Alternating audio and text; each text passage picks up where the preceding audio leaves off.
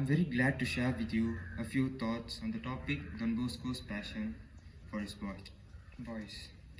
Don Bosco was a saint, happy and cheerful, calm and serene, active and attentive, and full of life and compassion for his boys.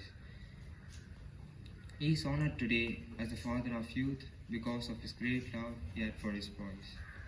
He dedicated his entire life for poor boys. As a priest, he went into city streets looking for boys.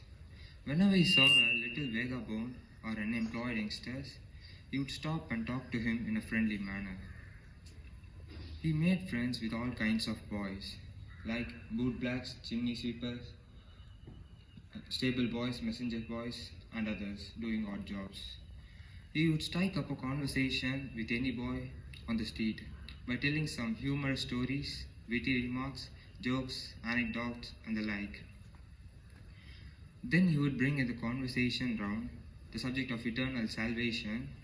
By the time he left, they all would have become his friends and would come to meet him in the oratory.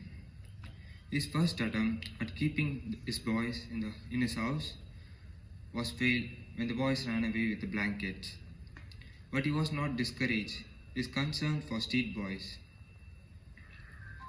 led to the beginning of the boarding. His sympathy for them led to the beginning of the workshops at the oratory, carpentry, printing press, etc. His affection for his boys was the cause of all his works. He showed his love for them even when he was away. In his letters, we find him writing, "My children, you are very dear to me. To know that your young is sufficient for me to love you. I care very much for your welfare. May heaven grant you a long and joyful life." The boys were also convinced that he loved them as his own sons, and hence gladly took his suggestions.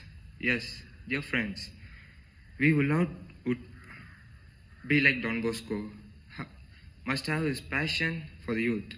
Let us ask God to increase this virtue in us. Thank you.